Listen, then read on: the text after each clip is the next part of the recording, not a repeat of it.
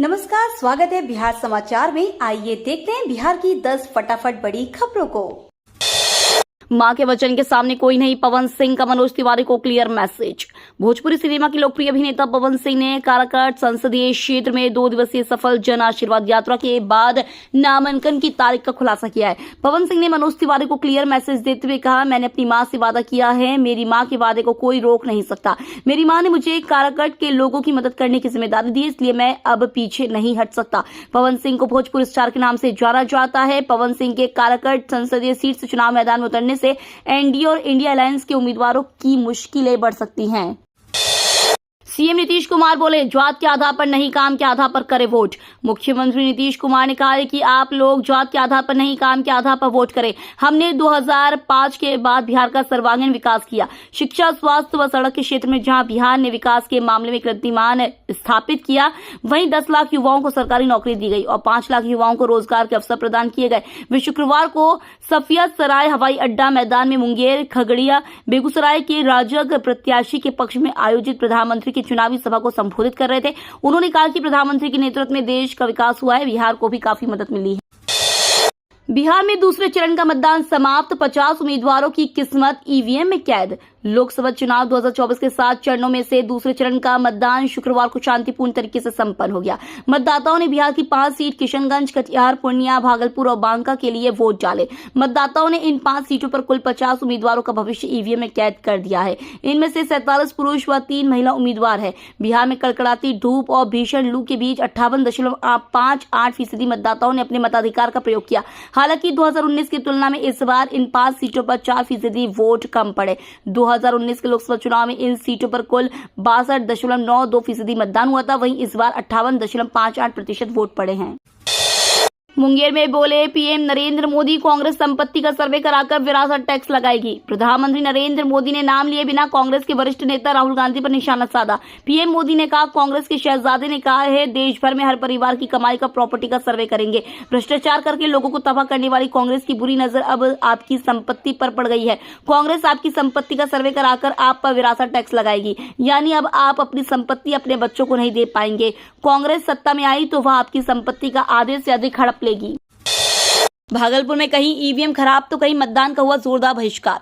बिहार की भागलपुर लोकसभा सीट पर चुनाव के लिए शुक्रवार को मतदान शुरू हुआ। इस बीच 3 प्रखंडों गोराधी, सुल्तानगंज, कहलगांव और भीमपुर प्रखंड के अलग अलग मतदान केंद्रों पर लोगों ने मूलभूत सुविधाओं के अभाव में वोट बहिष्कार किया। इस दौरान बूथों पर पोलिंग पार्टियों को 1.5 से 2 घंटे तक बैठे रहना पड़ा। एक बूथ पर तो 5 घंटे में सिर्फ 8 वोट पड़े। ग्रामीण जिला निर्वाचन पदाधिकारी सह जिलाधिकारी को मौके पर बुलाने की मांग पर अड़े रहे, जबकि जगदीशपुर के कोला नारायणपुर की बूथ संख्या 225 पर ईवीएम खराब रहने के कारण करीब 1 घंटा देरी से मतदान शुरू हो सका।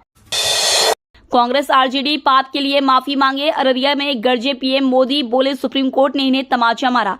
22 दिनों में चौथी बार बिहार दौरे पर और 10 दिनों के अंदर दूसरी बार सीमांचल पहुंचे नरेंद्र मोदी ने अररिया के फारबिसगंज हवाई अड्डा मैदान से बिहार की जनता को संबोधित किया। इससे पहले 16 अप्रैल को पीएम मोदी गया और पूर्णिया की रैली में शामिल हुए थे। अररिया लोकसभा सीट से एनडीए से भारतीय जनता पार्टी के उम्मीदवार प्रदीप कुमार सिंह और सोपोल से जेडीयू के दिलेश्वर कामत के पक्ष में वोट डालने की अपील करते हुए प्रधानमंत्री ने कहा कि कांग्रेस और राजद को देश की जनता माफी मांगना चाहिए, क्योंकि ईवीएम के बदले बैलेट पेपर से वोट कराने की उनकी मंशा पर सुप्रीम कोर्ट ने बड़ा तमाचा मारा है। मीसा भारती और रोहिणी आचार्य की जीत के लिए लालू यादव और राबड़ी देवी करवा रहे सत्यनारायण कथा। राष्ट्रीय जनता दल के अध्यक्ष और पूर्व मुख्यमंत्री लालू यादव और उनकी पूर्व सीएम पत्नी राबड़ी देवी के सरकारी आवास में शुक्रवार को भगवान सत्यनारायण की कथा का आयोजन किया गया।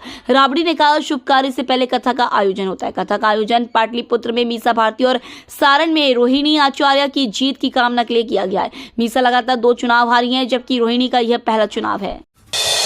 छपरा में बच्चों से भरी स्कूल वैन में लगी आग, 12 बच्चे झुलसे, कॉपी किताब जलकर राख। छपरा में बच्चों से भरी प्राइवेट स्कूल की वैन में आग लगने से 12 बच्चे झुलस गए। शुक्रवार दोपहर बनियापुर थाना क्षेत्र के ढाडी बाड़ी चौक के पास की घटना है। सभी झुलसे बच्चों का प्राथमिक उपचार रेफरल अस्पताल बनियापुर में कराया जा रहा है। इनमें 6 बच्चों को बेहतर इलाज के लिए सदर अस्पताल छपरा भेज दिया गया है। रेफर किए जाने वाले बच्चों के पैर, जांघ और हाथ झुलस गए हैं।